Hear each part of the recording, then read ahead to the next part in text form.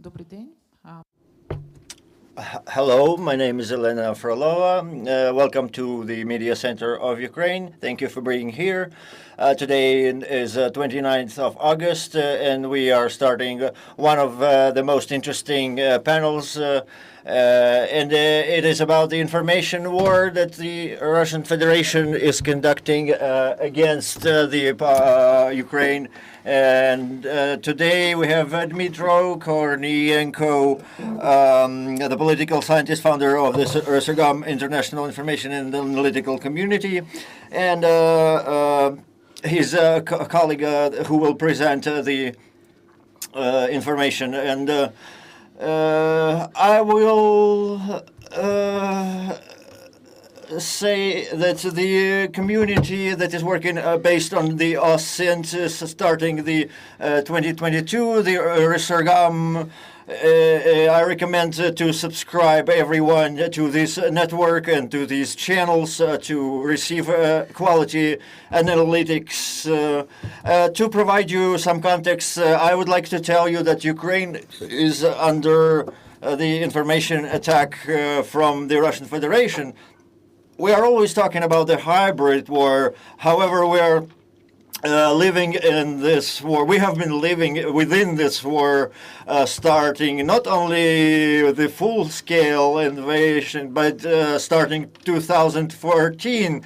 And that's when we observed an outburst of the information, of disinformation in the media. And Ukraine since then learned how to react, how to answer to these kinds of attack, and we are also facing different informational influences, twisted information, and such approaches are intricate. The people who are beyond the context of Ukraine, and this is our international media, international politicians. They sometimes are incapable to differentiate between false and true information. And I would like to talk this kind of influence today. And the Resurgam Center have done this report about this information space of Spain, and how the Russian Federation is trying to influence the social landscape of Spain. And so it will be interesting to hear what are the conclusions from your analysis. I give the word to Dmytro. Please begin the presentation and present us the network and the report, and we will talk about the details later. Hello. Thank you. It's my pleasure being here. Thank you for having me. As I was introduced, I was the founder of Resurgam. Since 2022, we haven't been an international organization, but why are we international now? It all started with a small blog, and a lot of people, not only Ukrainians, but Ukrainians too, were subscribing, exchanging their opinions, and they motivated me always to do something. So this analysis is absolutely done on volunteer basis. It's not the government support, no grant funds. We just wanted to see the truth, and there is a lot of volunteer work behind that, not only mine and my small team, which is the center of Resurgam, but more than 3 dozen people who were developing technical support, those who were analyzing the articles, looking for information. So it's a lot of work. And it's not only the work of Ukrainians in Ukraine, but also Ukrainians in Spain, Ukrainians in France, and our Spanish friends we were also addressing. So let's start. The only thing I would like to say is the military, they have such an expression about efficiency that the small Soviet army is not going to win over the big Soviet army. And the same applies to democracies. For democracies to win, they need to use their strong sides like networking, civil activity, and to look for answers. We don't claim that our study is absolute truth, but we are going to demonstrate the methodology, and if there are some discrepancies, we will be happy to hear your remarks, corrections. We are always open to them, so let's start. So why Spain, basically? It's no big mystery why Spain. We have to be just more analytical. We were starting from the end of Europe all the way towards Ukraine. And by the end of the year, you will be able to see more studies.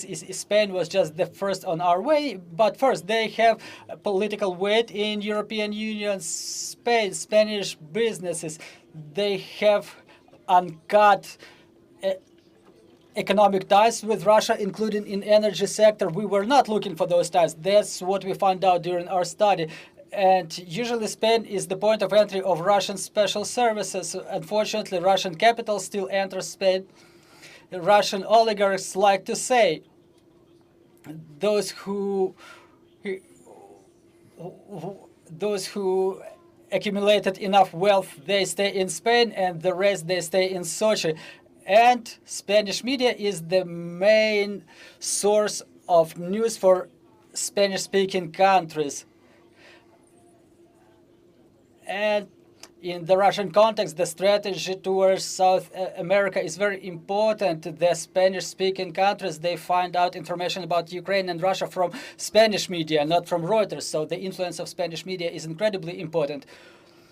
Well, whom this study will be useful for? Ukrainian and Spanish-speaking information consumers. We were categorizing the reliability of sources, the reliability of authors. There will be more detailed material in which we will demonstrate technical tools that we've created. You will be able to use it further on, and also European and Ukrainian organizations that counteract Russian psyops. As Ms. Alina has mentioned, it was the most difficult to find out whether there was any misinformation, because no one throws in like blunt fakes. And it's important to differentiate here whether it's a private opinion or it's the editorial opinion. So we had those journalist standards. We analyzed the global recognition of the fact that Russia is an aggressor, respect to the territorial unity and integrity of Ukraine, respect to the agency of Ukraine, and no matter how good it is for Spanish colleagues, well, would it be okay for them to see the Ukrainian officials not to recognize Spanish agency in Catalonia, for example? And we studied the people who are government officials, so it was about political communication. It will be useful for analytical centers, for the journalists, because our study contains the data that can be presented and analyzed. It will be useful for the fixers, the people who support the journalists in Ukraine. It's important for them to know with whom they work.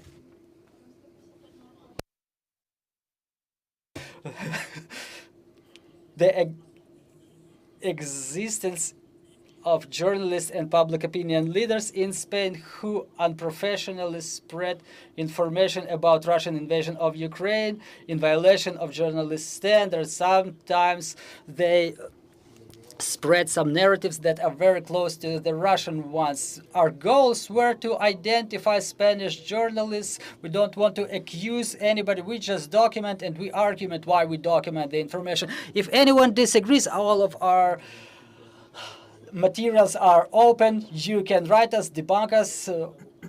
It's only going to be in our favor. So we had a number of tasks, strict methodology that we'll cover further on.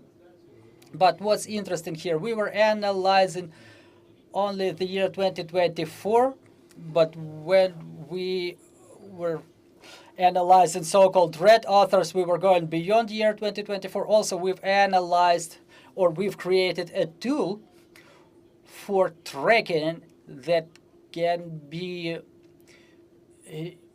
openly used by everyone, and we categorize the Spanish media by their reliability. Methodology, it was independent evaluation. We have specialized software developed by our volunteers, and we added all of the articles mentioning Ukraine from 10 leading media outlets of Spain that were identified by Spanish in Spain and Ukrainians in Spain. We asked them to put together the list, and the cross-evaluation is when three people, without seeing marks of each other, were evaluating information based on certain criteria, and based on that we put together a list that we divided into green, yellow, and red zone.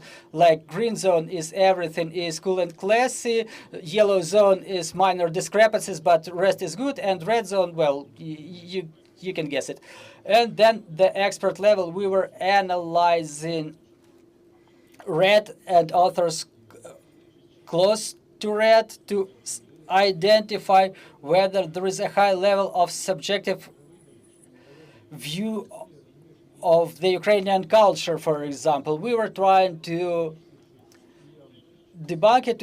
Well, I don't know whether it's relevant to cover Russian sources. It's up to Spanish outlets. We were just evaluating whether the information contained fakes or misinformation. And at that level, we were shaping a folder like this, a small one with the authors, with the remarks. And there was level 3, a level of review. We were reviewing our results. We invited 10 independent experts in misinformation, academic journalism, so they could check us. They were voting with a qualified majority. 7 out of 10 had to vote. And we sifted to authors there. We screened 2 authors, and they didn't mind, actually. So we were trying to make our study as objective as possible. This is the way that technical part looks like. We had more than 1,200 articles added, the ratings. If you're curious, you will be able to see all of this information in our website. So we've analyzed 10 Spanish outlets, 1,921 articles, and as you can see, only positive articles dominate that we didn't have remarks to. Then the yellow are also close to the standard, but less than 10% fell in the red category that we've identified as manipulations, disrespect, misinformation, and so on and so forth. And out of those almost 2,000 articles, 107 didn't have authors. Well, there are authors, like it's the outlet, but we were not able to see any specific author with their background, and we'll cover it later why it's important. And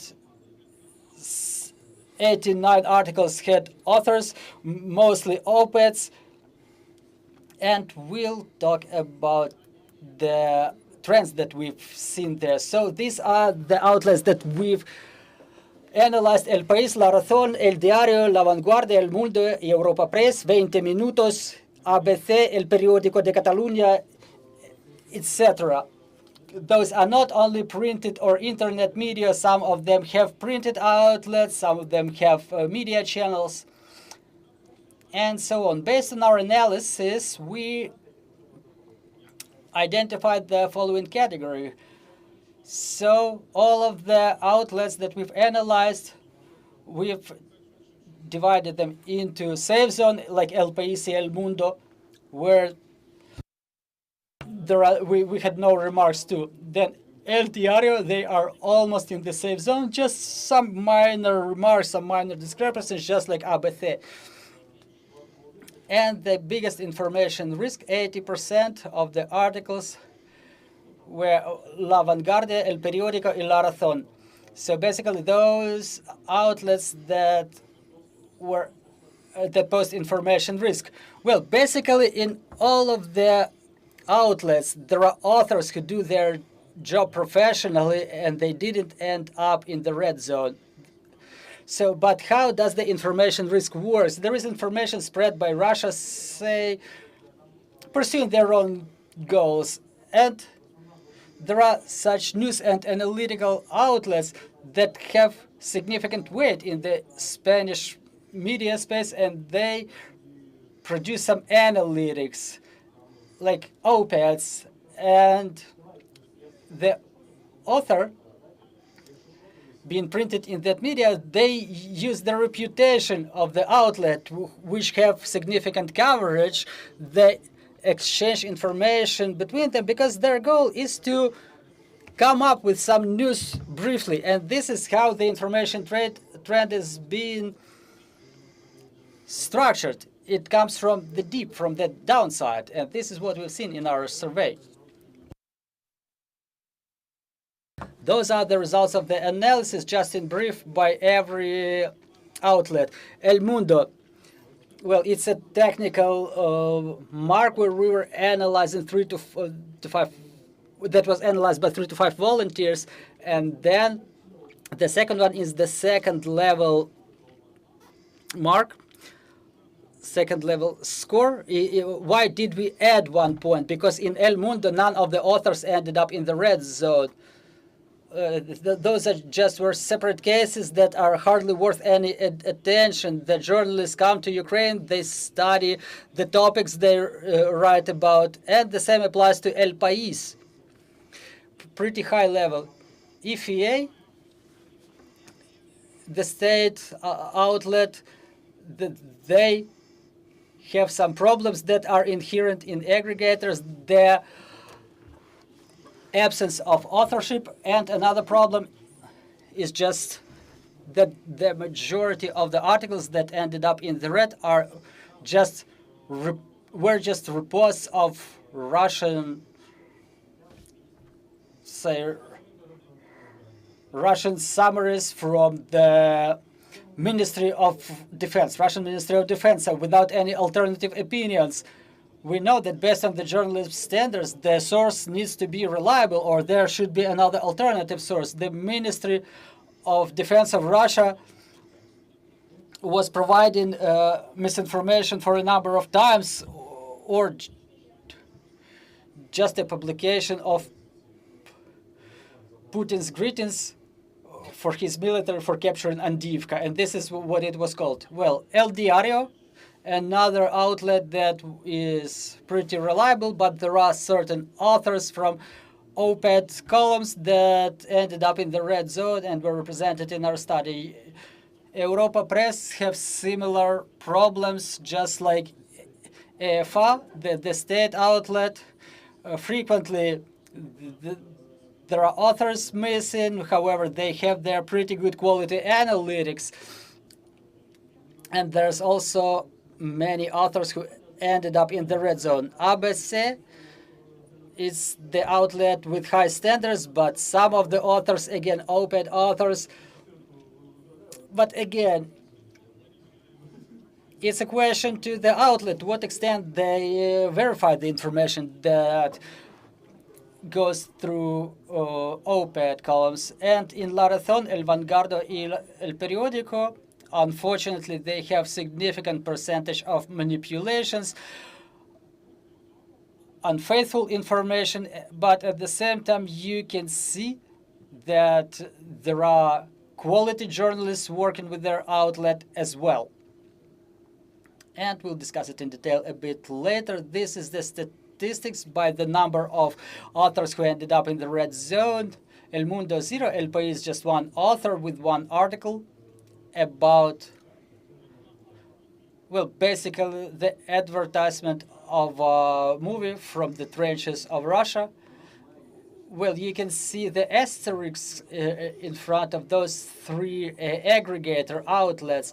We cannot identify the authors because in the majority of cases, they are represented just as an outlet, not as the authors. And the authors in La Vanguardia ended in the red zone mostly, 21 author. But we have to mention that more than 150 authors are journalists to whom we had no questions whatsoever. I mean, their professional level.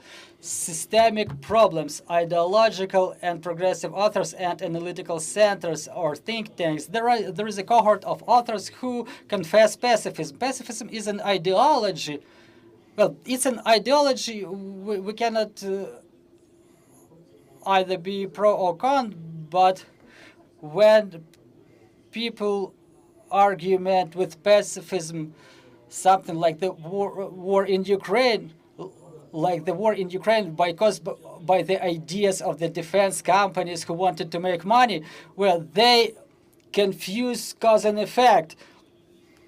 And when the analysts, reputed analysts, do argument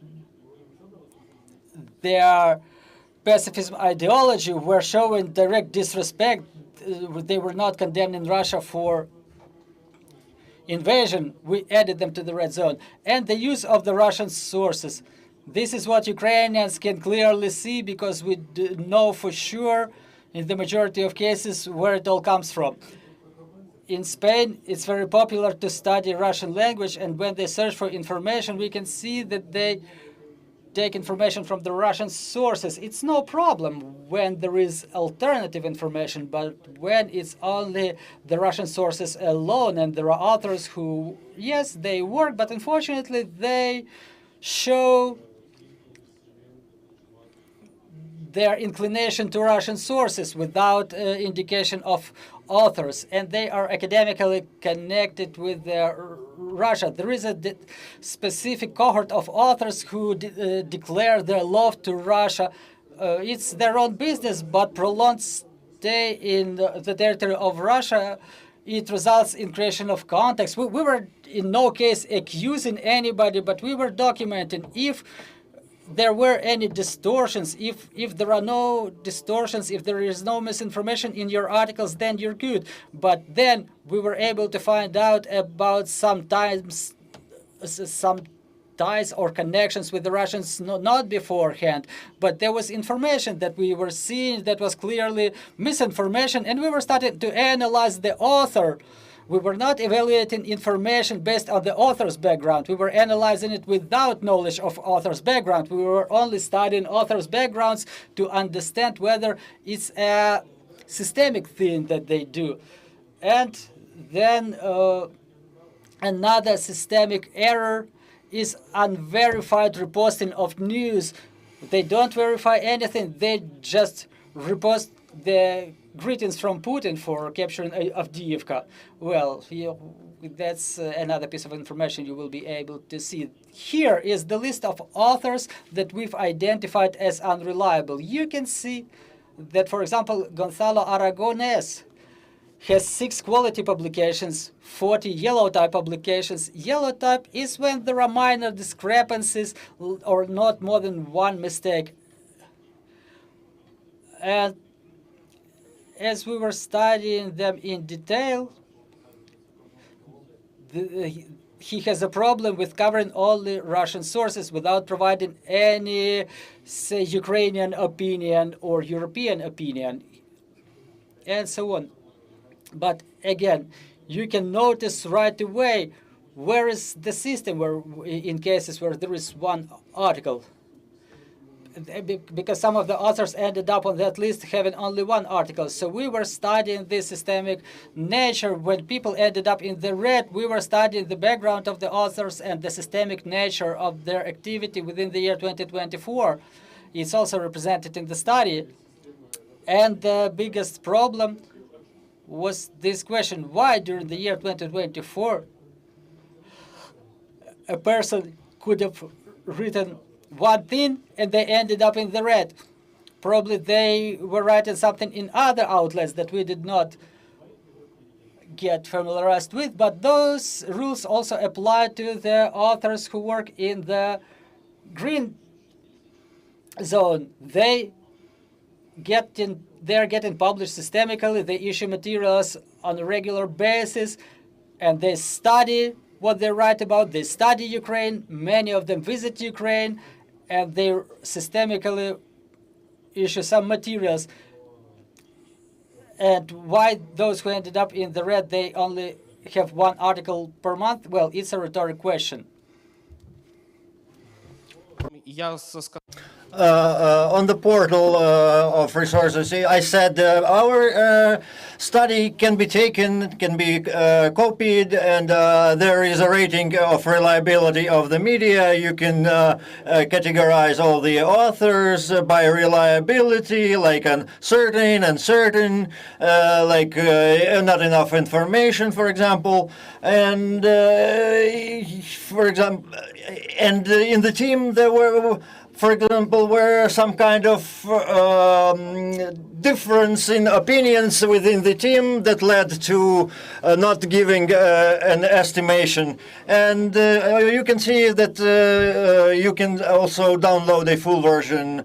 This is our study, this is our opinion. You can form your own opinion, you can upload it, and in the end we will see your comments, and we will definitely read it. And further, my colleague will present some short data about some red authors, and it's Irina. She joined our team as a volunteer, and she also helped us find the information about the authors. Hello, we did the OSINT, and we have a lot of data on these authors. I will be talking about only 7 of them. However, what is interesting is the particularity that we noted is that among the red authors there is 4 generals, and they have a common particularity. They are adepts of pacifism, and starting the beginning of the war, they were raising questions about this war, not once but more than once. For example, Lieutenant General Francisco Jose Pompols, he is a vice president of the government of Valencia, and look, please pay attention to his strategic positions. He have been a director of General Military Academy, also director of the Intelligence Center of the Armed Forces of Spain in 1316, and also taking into account the high status of the author, he can have a big influence on the Spanish society, and he is spreading Russian narratives constantly, like, for example, a civil war in Ukraine, about the West have lost already, and promoting Russian industrial capabilities, exaggerating Russian ones, diminishing Ukrainian ones. He was also a chief of operations in NATO in Bosnia-Herzegovina, Afghanistan, and Kosovo. I would like to cite, I'd quote an extract. The Russians are suffering from attacks, but seemingly they did not influence its economical prowess. And here he's probably means Germany. Here's another quote. Russia returned its place, meaning Avdiivka, that was under the control of Ukraine since 2014, which is nonsense. And you can see the examples. We have the quotes from 2024. Let's not forget the war started in 2014, and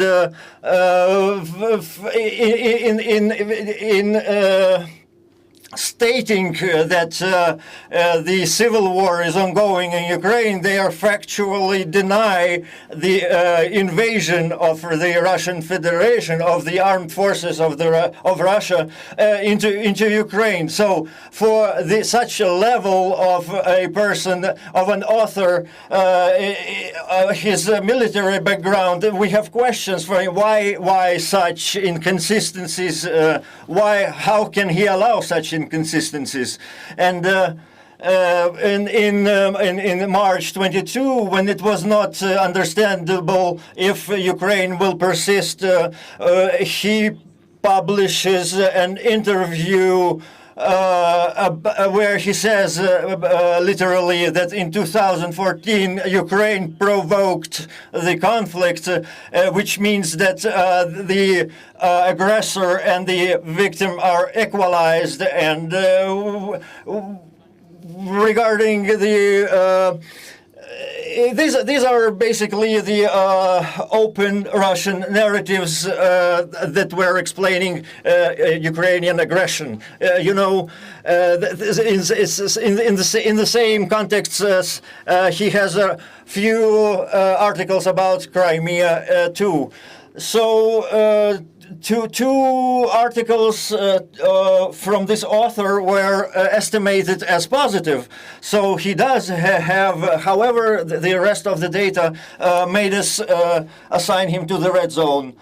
Next author, Joaquin Rabako, he's an expert of the international politics, and he is also a representative of the peace project, the European project, where he basically accuses this organization in the involvement in the war in Ukraine. And he also denies the Ukrainian right for self-defense and denied negatively assessed the delivery of armaments to Ukraine. Also, the analysis showed that the author has connections with the Russian special services. The author systematically uses Russian narratives, provides unconfirmed information that is predominantly published in the Russian media space, and he is also twisting the reasons and consequences, and he has such quotes: "The Russia has become stronger since the start of the conflict. The economical sanctions do not have a desirable effect and are harming Germany predominantly." Also, he is calling Ukrainian politicians ultra-nationalists, and he is talking about the agreement that is first confirmed in Moscow, and in accusing the Ukrainian side in attempts to destroy Russian Federation. I will also. So yeah, you can tell our minister that he's an ultra-nationalist. And another important moment about the sanctions in the first and second case, they will be repeated in other cases again, because it's an interesting systemic trend. This statement, they emerged in different outlets with different authors at the same time. It was about the big battering ram and the public servant. You know, it's just a disrespect to Ukrainian agency, to the choice of Ukraine to fight for its independence and territorial integrity. And really, we have questions to ties of this author to different organizations, and we see all of the 6 articles published in the year 2024 ended up in the so-called red list. And what else can we add? That he writes for La Casa de Mitia, which is sanctioned and banned in Ukraine according to Ukrainian legislation. Gonzalo Aragonés, he's the permanent representative of this outlet in Moscow until this day. since 2014. I mean, the long stay of the author in Russia creates the risk of lack of impartiality, and he were publishing the articles covering cultural topics, for example, about Russian Empire or royal house. He was writing about the Romanovs. Also, he writes an open diary about his life in Moscow. He's romanticizing his life in Russia, and he systemically avoids such terms as aggression or occupation when it comes to activities of Russia. Both using the example of Georgia and Ukraine, the author uses a classical trick of latent framing when he doesn't name the key aggressor but shifts the attention to the tragic atmosphere, historic illusions, suffering of the common people without mentioning the cause of such suffering. And this journalist has such soft features of Russian bias. He omits the liability and responsibility of Russia for aggression both in Ukraine and Georgia. He legitimizes the positions of Russia. And quoting one of his articles, I would like to add that the Ukrainian attacks disrupted the beginning of the curriculum year in the city of Belgrade. Since the moment of decision of Russia to deploy their forces in Ukraine, the tension has grown due to the incursion of Ukrainian troops into Russia. So, you know, it was Ukrainian invasion of Russia. Meanwhile, the Russians deployed their troops. Ukraine responded with, or Russia retaliated to the attacks, shelling by Ukraine, using a lot of their missiles falling over Kiev. So, you know, previous authors, they were more ideological. So in this case, the author's context plays a significant role. He keeps quoting Russian sources, and he's been staying a long time in Russia. For example, disruption of the curriculum process by Russia. That was the statement made by the governor of Belgorod region of Russia, and this article is only based on the quotations of this governor without any comments provided from Ukrainian side, without any explanation what happened. In fact, the school was not attacked. I mean, post factum, we've seen the necrologies or the obituaries of Russian military officers, but again, they confuse cause and effect. Russia invaded Ukraine. Ukraine is fighting a defensive war that contemplates preventive strikes. And after studying the author's background, we found an important moment in 2008 that basically the same elements that we had remarks to were used during Russian invasion of Georgia. So he avoids any condemnation.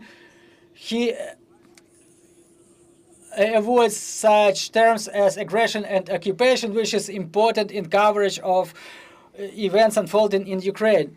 Manuel Castells, he's a pacifist and he's a professor in 3 universities, professor of sociology in the University of Catalonia, professor in the University of South California, and he's the honorable professor of Berkeley University. Within 24 years, he'd been teaching there, and also he used to be the Minister of Education in Spain in 2020-2022. He has close ties with Russia. His wife is Russian. They met in Russia. And also, he was a part of International Consultancy Board of the High School of Economy in Moscow. Together with his wife, Emma Kiseleva, they've written more than 30 monographies and essays that were dedicated to Russia and different aspects of Russian society. And Emma Kiseleva herself was a deputy director of the Institute of Economy of Russian Academy of Sciences in Novosibirsk. And also, Ms. Emma is the executive director of the UNESCO Chair of Education, Technology and Social Changes in the University of Barcelona. And also, she's the head of the Department of International Relations in the University of Open Education in Barcelona. Also, another important thing to mention. Back in the 2000s, Mr. Manuel was the advisor to the government of Russian Federation and was the head of the committee of experts on consultations on political and social transformations of Russian Federation. In particular, he was preparing expert opinions for President Putin.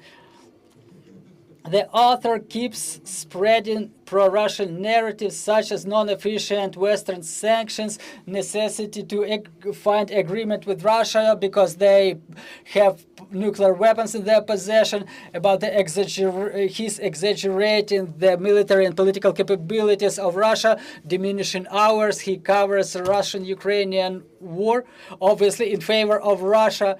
And to intensify his arguments, he's using emotions. Due to the high status of this author, he may have significant influence in distortion of Spanish media space and cause significant damage to Ukrainian-Spanish relations. I would like to quote his articles. Well, the population had enough. They don't want to send their men to death. Russia has all of the time in this world because the sanctions didn't harm their economy almost at all. How many human lives and amputations do we need to achieve the inevitable negotiations? The victory of Russia in the bloody battle for Avdiivka was a breaking point, both politically and militarily. Avdiivka was a fortress built by British engineers, and from there was a shelling of Donetsk committed. And according to the data from the Western media in Ukraine, there are about 100,000 deserters, and the men are being arrested in the street to be sent to the massacre. Well, I suggest we omit the following authors because we're actually running out of time, and the public can get familiarized with the others. Well, it's his subjective opinion that Russia is taking over. We can agree or disagree with him, but why did he end up in the red? Because first, ethics. The population had enough, or people are being sent to the slaughterhouse. I mean, it's up to Ukraine to decide whether we had enough or not. Well, it's not a publication in Facebook. This is a level of journalism. At the same time, there are no references to the information sources. Well, it's based on the information from the Western media. There are 100,000 deserters, but if he specifies the sources, this information can be verified. And such narratives like shelling of Donetsk, year 2014, those are purely Russian narratives that they use to whiten the enemy, to whiten Russia, as if the war was provoked by someone else.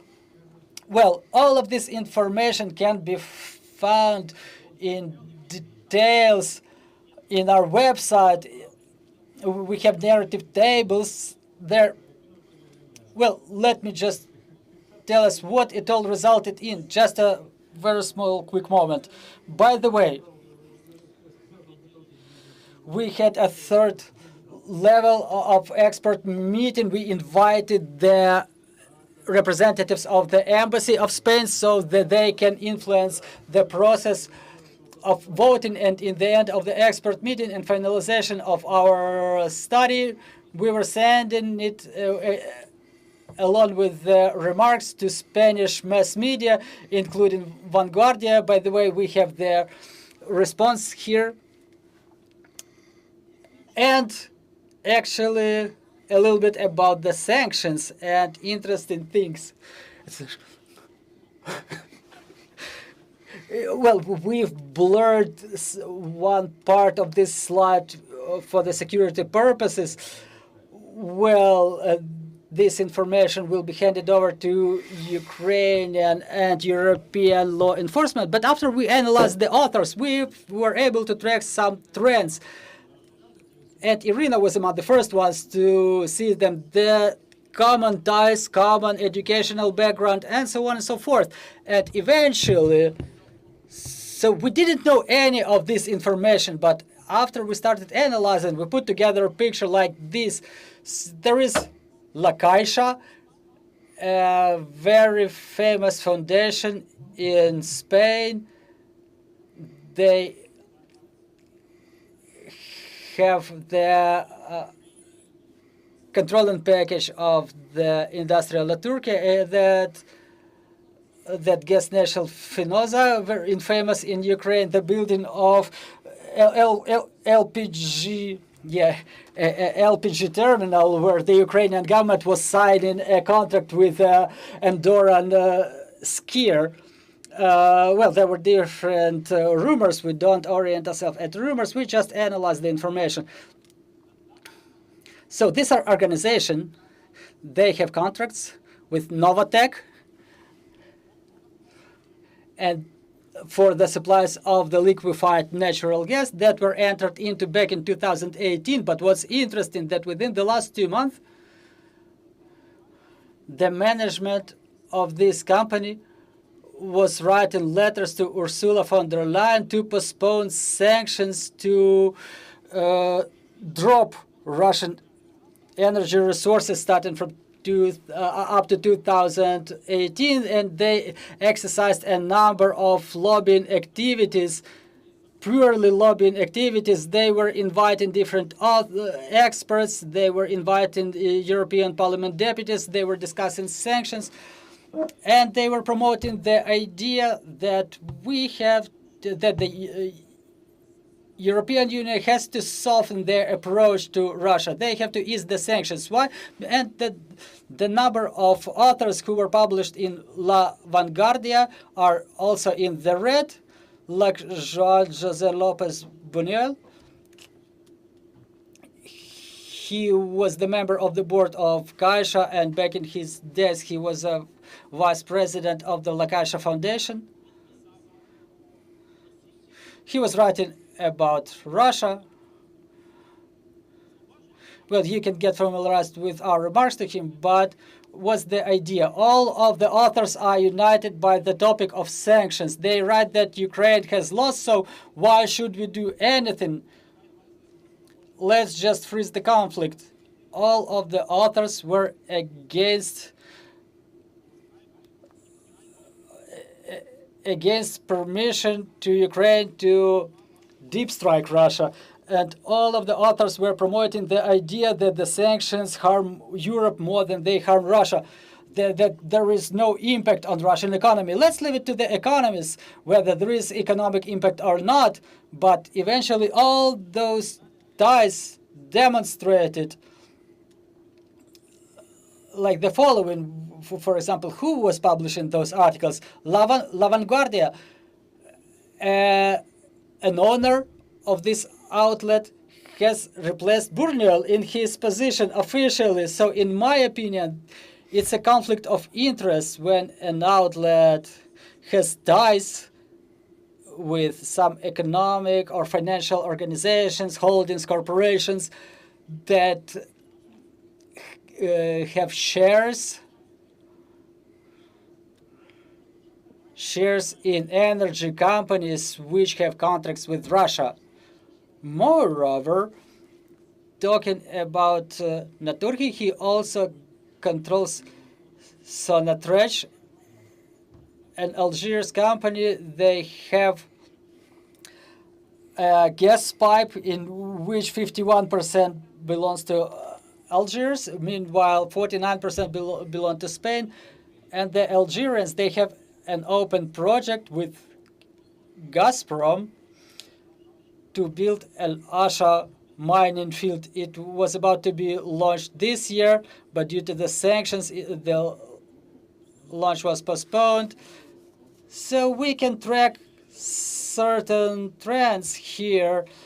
We're not saying that there's a conspiracy here, but there is a risk. For example, Naturgy removed all of the information from their website about the first Russian tanks, first Russian liquefied gas that was entering the ports of Spain. Another risk element is that Gazprom has project in common with Algiers, with 51% belong to Algeria and 49% to Gazprom. And what's important, Gazprom is doing the feasibility studies, development of the minefields and mining fields and building of the terminals. So what's the risk? The risk is there are economic ties between Naturgy, Sonatrach, and Gazprom, and through this scheme, the Russian gas can be sold to Europe under Algiers label, but all of the income will be channeled to Russia. So it's important to mention such things. We will be happy to find out that we're mistaken. We just made a request or inquiry, and we're waiting for response. But the fact that we've identified those ties is important, because we found people who have some context and biographies in common, and this is how we unfolded all this entangled web. So, to summarize your study, you've analyzed the problems with the key media outlets, the distortion of information and misinformation. You have this list of authors with whom the Spanish media should work or refuse to work if people consciously distort information on a permanent basis. And also, you found out that one of the outlets may be influenced by corporations which have ties with Russia.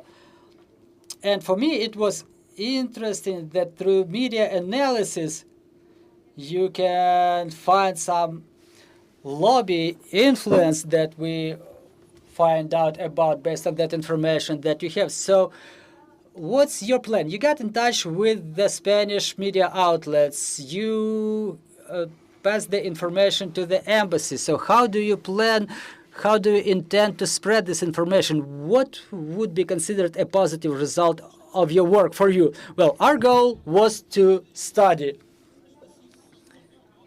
Well, you know, we found some work for us, because for me, the biggest thing, the biggest sin is when you see something going wrong and you do nothing. So we've already fulfilled our goal. We systematized our study. We've presented it. And we posted in our website. And the tools can be used by anyone. And anyone may come to their own conclusions. They may agree or disagree with us. We've provided our materials. When it comes to this moment, we would like to draw everyone's public attention to this matter. We will be happy to find out we're in error. We will be happy to hear some corrections from the public, and prevention of this risk is our goal. It's the motive for us to make this presentation. All right, do we have any questions on the floor? Please introduce yourself. Hello, Igor Bedar, Detector Media. I really appreciate what you've done, because last year I've written an article about the Russian information influence in Spain on Detector Media. I hope you had an opportunity to get familiarized with this text. So what's interesting about Spain, just like any European, any NATO country, they use the existing historic conflicts, problems, divisions, and let's not forget that in Spain, such people as Alexander Litvinenko and Sergei Skripal were working. One was poisoned, another was attempted to be poisoned in Great Britain, and Russians didn't make it. So what's interesting again about Spain that you've mentioned about their pacifism is their specific feature. In their politics, there are either ultra-left or ultra-right. They don't have a lot of centrist parties, and Russians manipulate with them. And what I've seen in the Russian information influence in Spain, The Anatoly Shary, an infamous pro-Russian blogger, is still staying there. Ukraine was trying to extradite him for a number of times, and the last time this problem of the Russian influence in Spain, it emerged last year due to the murder of the Russian pilot, and this is how I came up with that text about Spain. And the question to you is,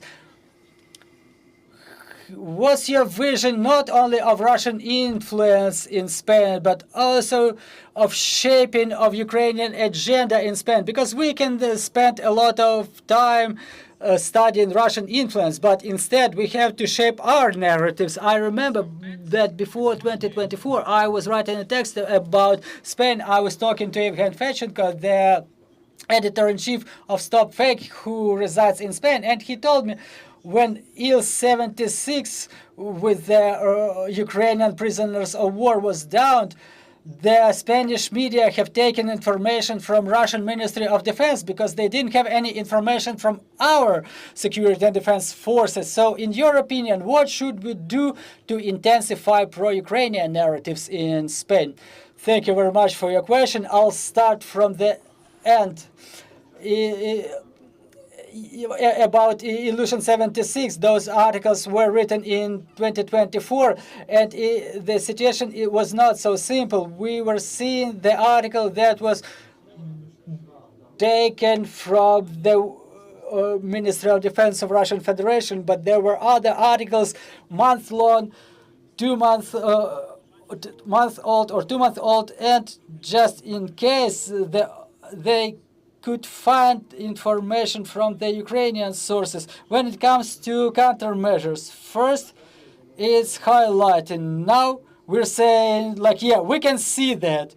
We cannot accuse authors who ended up in the red zone in cooperating with someone. I don't have any proofs for that. And it's not up to me to identify it, but still we can mention their discrepancies in their information work, and we can address it with the outlet they work with. Then we can emphasize something. There should be statements emanating from Ukraine because they write about Ukraine, and we have moral right to evaluate whether it's true or not, whether it complies with the standards. And another thing I would mention is basically the use of information, because there are officials, for example, among those who ended up in the red, when you've mentioned about the political agency of ultra left and ultra right, there is the leader of Communist Party Romero, who banally wrote an article based on the Russian fake about the death of a Polish general in Kursk. Information was not debunked by the outlet, but in fact, the General Adamczyk, if I'm not mistaken, the general died either in Belgium or Netherlands with his natural death. So there was information that was not verified. It was just Russian propaganda. And the question is, how could it end up in a reputed outlet? And since that person has a political position, there should be a reaction from our Ministry of Foreign Affairs, at least addressing the outlet, because as we see, the outlets don't really respond to anyone who may cause any reputational risks.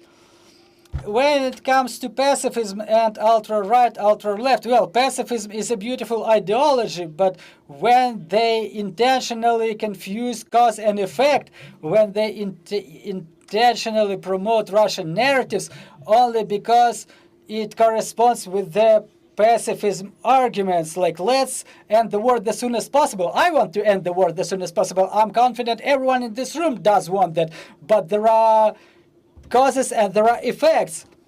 I mean, we can get back to those quotations.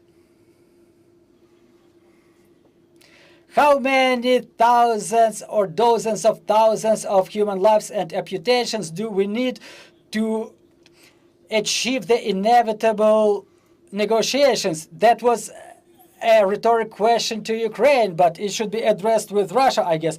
I hope I answered your question in a way like this. Because you did an analysis of specific articles, obviously you're going to only have so much data in there, but I'm curious at how much it blends into other countries like Latin America. Because, for instance, in the French sphere, we definitely have a very active disinformation campaign that is obviously have an impact in Africa. So Latin America is going to also look at these voices as a source. So do you have ways that you're studying that effect in that other language? Because I remember in 2020 when I first studied disinformation in Spanish, it was Colombians and other accounts that were huge on YouTube. I mean, 24-hour marathons over COVID, but they were really lacing lots of disinformation. And it was outside of the Spanish country itself. So I want to see how those two intersect. Дякую. Щодо про дезінформацію. Well, talking about misinformation, we agree with you when it comes to American media. I mentioned that we are going to study other countries, hopefully including America as well. And talking about the secondary influence on the Spanish-speaking countries. To what extent those articles were emerging in other countries, Spanish-speaking countries? Well, talking about Spanish-speaking countries, is our statement when we analyze, we see that these articles are getting reposted in, say, South America. When it comes to these specific articles, we didn't analyze whether they were shared or reposted in Spanish-speaking countries of Latin America, but it's a good idea. We are going to have a number of articles covering this study, and probably we're going to analyze this influence. Another question, please. Well, it's more of a comment rather than a question. I really appreciate your study. In fact, it's a problem that is being widely discussed by the leading Ukrainian experts in official level. It was discussed even before 2022, but you've done a tremendous job because you basically gave publicity to this problem and you've structured it. It's a good beginning, and I wish you success in studying of this problem in other countries, because we know that it applies to any country of the free world where Russia abuses the freedom of speech, and obviously they convert their business influence into the influence on mass mentality, and this is how the Russian information influence works in their war against Western world. And what I would like to emphasize, and I would suggest to take it into account in communication with the Western partners, an important nuance, I would like to focus on what you do and formalize my thought in the following way. What you're doing is a revolutionary thing, because we all remember that in the West, the problem of Russian misinformation, it existed even before 2022. It was existing in 2016-17. The counteraction to Russian misinformation started being institutionalized by debunking fakes, half-truth, and so on and so forth. But even back then, it was clear that it's an extensive way of fighting, because you're trying to catch up with what Russia is throwing in, and you are doomed to stay in the Russian misinformation pool, so to say. You can only debunk information and negate that influence. But what you do is you make the counteraction to the Russian misinformation more systemic. You identify, you don't debunk the myth, you identify the people who write it, you identify their ties with Russia, and it's already a good subject for investigation, not only for the institutions fighting Russian propaganda and misinformation, but it's the subject of attention of the European law enforcement to identify the motivation of these people and maybe having them accused of crime related to high treason. And what you've done, you've laid an important foundation in the fight against Russian misinformation, and the only efficient way of counteraction, not to catch up with Russian misinformation and fakes, but to eradicate them in the territories of free democracy. So my suggestion is, when you suggest discussions to your Western colleagues, you have to emphasize that you're providing them with significant help in counteraction, in fighting Russian misinformation in their territory, in their homes.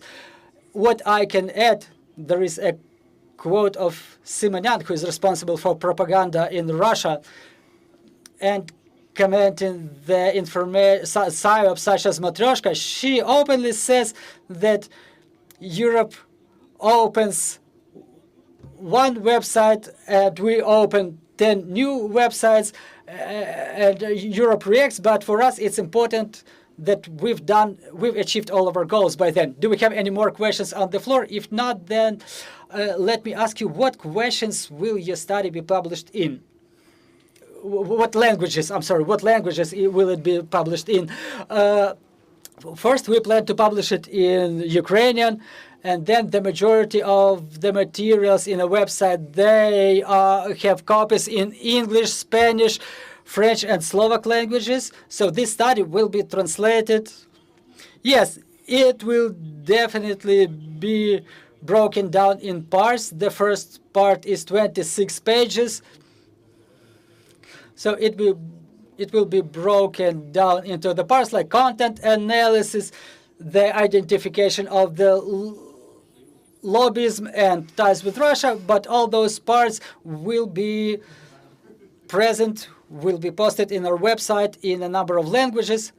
Thank you, because now that we talk about the importance of your study and our international partners, I think it would be favored by foreign partners to see it in foreign language. And what country is next? What about geography? Let me give me a quick sec. France is next. Let me scroll real quick.